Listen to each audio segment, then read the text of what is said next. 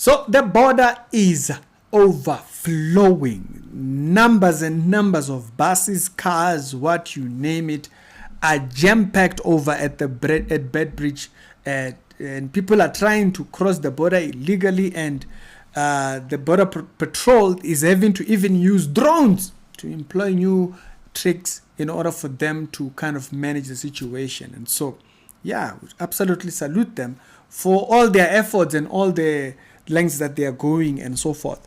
But on this particular video, I wanted to talk about Christians and how we should see the politics, the people we vote for, and also foreign policy.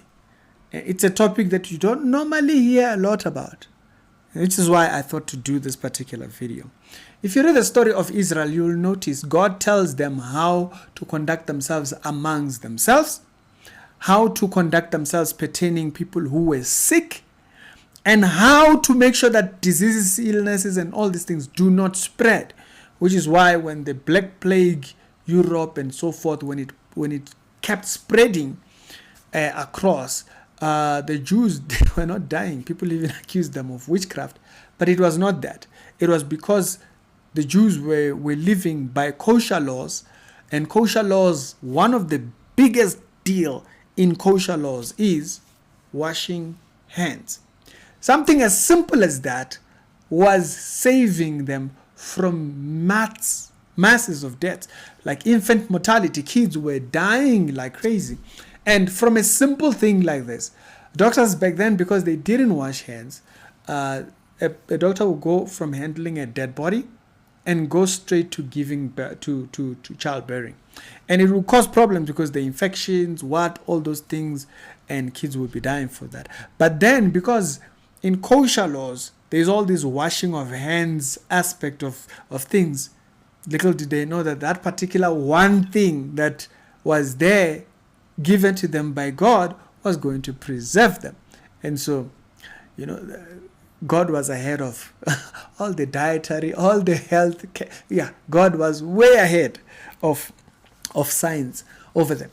Now, this shows you there was a way you dealt with things inside. There was a way you dealt with things outside. There was a way you dealt with people that worked for you. There was a way that you dealt with either slaves, all these things. There was rules for every single thing. If a neighbor's animal entered into your yard and it got caught or it died or compensation rules and all these things. So a lot of Christians don't even realize that their Bible tells them the rules by which they lived under, but also foreign policy. And so I thought to make this video, and I thought it'd be beneficial to remind people, hey, the very book you're talking about actually talks about foreign policy. It's not just religion, but it tells you about foreign policy. And so for us now, what does that look like, right? Because we can see it in the Bible. You can see God telling them, do not give your daughters to be married to these people. Do not do that. Do not do that, right? Other people try to push those rules into the New Testament. No, it was particularly towards Israel because God wanted them to preserve the culture and to preserve the lineage all the way through to the point when Messiah comes, right? So there was a reason for that. And so they were given those rules for a particular reason. So for us now, how we ought to see these things. When we vote, the first thing to remember is this. We should vote for people that don't just have us in mind, right? We want to know that you're going to put up policies that will be beneficial economic, right? Create an environment where companies want to come and create jobs. You're not going to create an environment where companies feel threatened and have to go out or escape or what. People that have the money to invest in the country feel not sure. You want to vote for people that have that. Not these people that keep telling us we're going to create jobs. That's nonsense. By now we should know that. Any politician that comes promising to create jobs, I wouldn't pay much attention to that politician, because how government does not create jobs. No, government creates an environment where where jobs can be created. Government creates laws, rules, that will enable people to feel comfortable enough to create structures that will be beneficial and so forth. So that's how you take care of us, right? Is that we know that we have an environment that allows us safety. You're going to expand your law enforcement. You're going to expand yourself into places, cameras, overview. You're going to watch over the city. You're going to watch over the people. You're going to watch for fairness in the marketplace and all those type of things. You see, that's what we expect for us. Fine. Now, what should we expect for them? What should we expect for the people that are coming into the country? We need both. You need, when we vote for that as well. You don't just vote for you are voting for that as well. You are voting for how your government sees them. So we should be done by now with government that says Mnangagwa is rigging elections, and then they are congratulating him. You see, we should be done with that. But instead, what were they doing? Everybody was congratulating him. How are you congratulating a person who is rigging elections? As long as he rigs elections, he keeps himself in power. And what ends up happening is that, you see, like right now, there's this entire concern in Zimbabwe right now with what is known as Vision 2030. That they don't want Mnangagwa to finish term, they want him to continue. And it's mostly the people that are in power eating with him that want him to stay in power. This is detrimental. It's dangerous. And so what do you think is going to happen as we go towards 2030? Those concerns that Zimbabweans, okay, now think about it, those concerns that Zimbabweans have, Cyril, how is Cyril interacting with Mnangagwa concerning that? Hey, Chief, you can't be wanting to extend. Yeah, we might not like Trump, but Trump does something about the people around him. He's doing something. Yeah, you not like it, or you like it, or whichever, whatever it is. But he's showing you what April. You don't just vote for you. We vote also for what the president that will be elected thinks about them. Here is a problem, ANC. Vision 2030. Forget this one. You see the one that we are dealing with right now? We have influx and whatnot. How bad do you think it gets when Mnangagwa does not come out of office? Huh?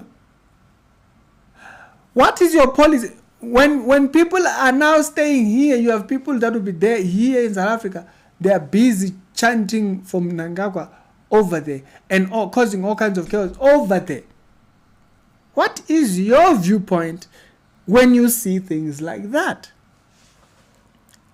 So the same way you see how God in the Bible showed the Israelites how to form governance. Okay, sometimes you tend to get people who, because they are from a disadvantaged country and they look at a country that's doing well and there's all these immigration issues and stuff like that. They think about their own struggles more and forget that, hey, this is an independent country. It has unemployment, rising unemployment, concerning unemployment, to a point where people are now just hustling. Okay? And so we don't need that to keep growing. Now, let alone do we need people coming into the country illegally. Why? Because they form informal workplaces, and what ends up happening is that they now cause businesses to not want to negotiate pay, because you can afford to give cheap labor. You come from a country where there isn't much money.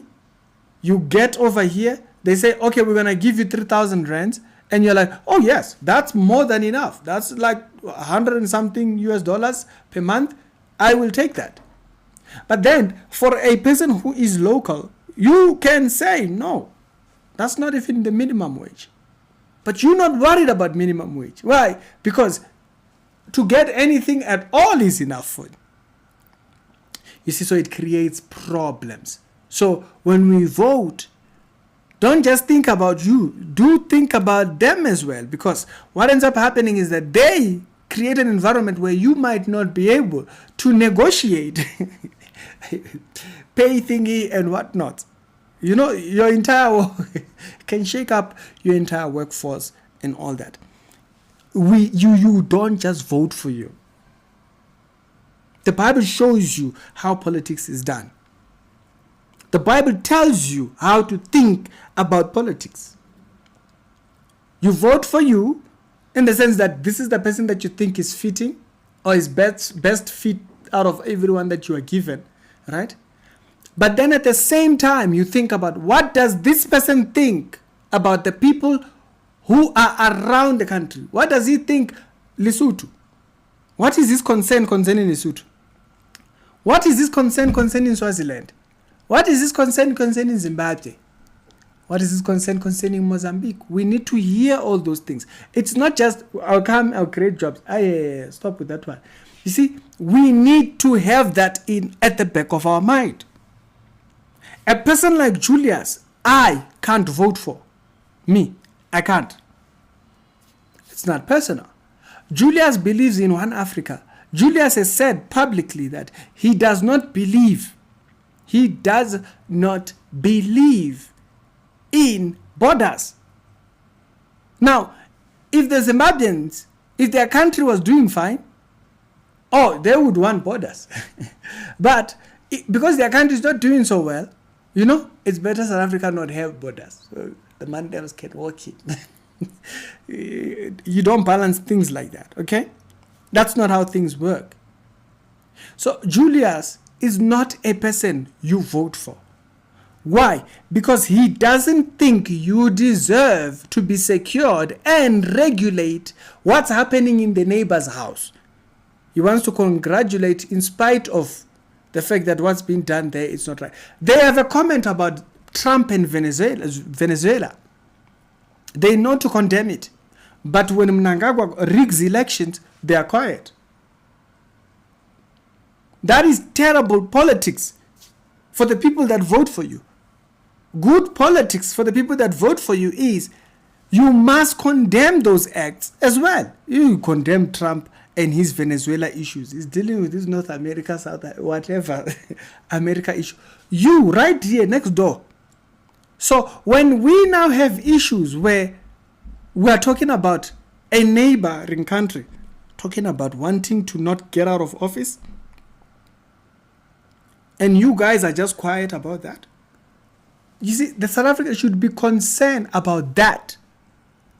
Because it's very easy to sit here and complain, right? It's very easy to sit here and complain about, you know, illegal immigration and all those type of things. It's very easy to complain about that and forget where it starts. It starts with the fact that that particular person you vote for has no perspective about how to deal with that.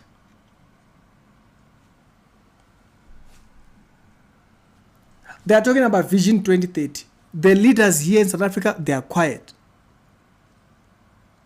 If Vision 2030 goes, do you understand the problems you are thinking about now? 2026, that's nothing. When the end of this one goes, watch what happens after Vision 2030. Because now, when Nagawa does not want to come out after that, that's bigger problems. That is bigger problems. Do you think they're going to go to the other country? No, they are coming down here. So we must be concerned, because it's very easy. You get angry about, illegal immigration and all these type of things and all this type of stuff. Also the criminals that come through that and all those things, all the chaos that comes with illegal immigration. But what circumstances creates that? It's when your leaders, who are not even taking care of you, don't care about that. When they don't care, Zimbabwe has been, this particular thing has been there since last year. We've been hearing about Vision 2030 for a year, and now we've still not had anyone in South Africa mention anything about it. They've not talked about it. They don't condemn it. They don't. No, they're just quiet. They will congratulate him when he wins. You condemn those things because those things, if they go through, they create an environment where the people in that country have nothing to go back to. That's it. I'd rather get eaten by a crocodile. What, are you going to sit and stuff? Huh? You're going to sit and stuff? Oh, no, they're getting up. They are going to walk to the border. They will walk. Why? Because the person you voted for, who doesn't care for you either ways, does not care about foreign policy, does not have foreign policy, does not even engage that. So this video, I'm making it because, you see people agitated about all these other things, but they forget the thing that creates it is that the leaders here, they don't hold these people accountable. And they don't follow through. You see Trump. Trump does something. You may not like it, but he does something about it. He does something about it. The same way when you look into your Bible, you see Israel was not given a rule for themselves. They were given rules about how to interact with the rest of the world. The agenda is the Juliuses. All these things of, we must just be hunky-dory, be Africa, we are one. By the way, EFF, nobody likes that stuff. I don't know why they keep pushing that nonsense. No, we are one. No, we are not one. We have borders, and borders are there for a reason. Okay? And so, when we think about politics, that's the thing we should add. The same way we read this Bible, and it tells us about foreign policy, the same Bible tells you about foreign policy. God sends them to go and deal with an issue. Yeah, people read the Old Testament. I don't think people have read the Old Testament. The Bible has foreign policy. The Bible. Yep.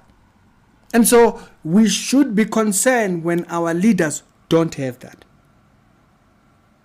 Tricky, y'all tell me your thoughts. I'm not a politician, but from what I read in the Bible, I can see clearly the Bible wants us to think certain things concerning it. Y'all tell me your thoughts down in the comment section, and I'll hear from you over there.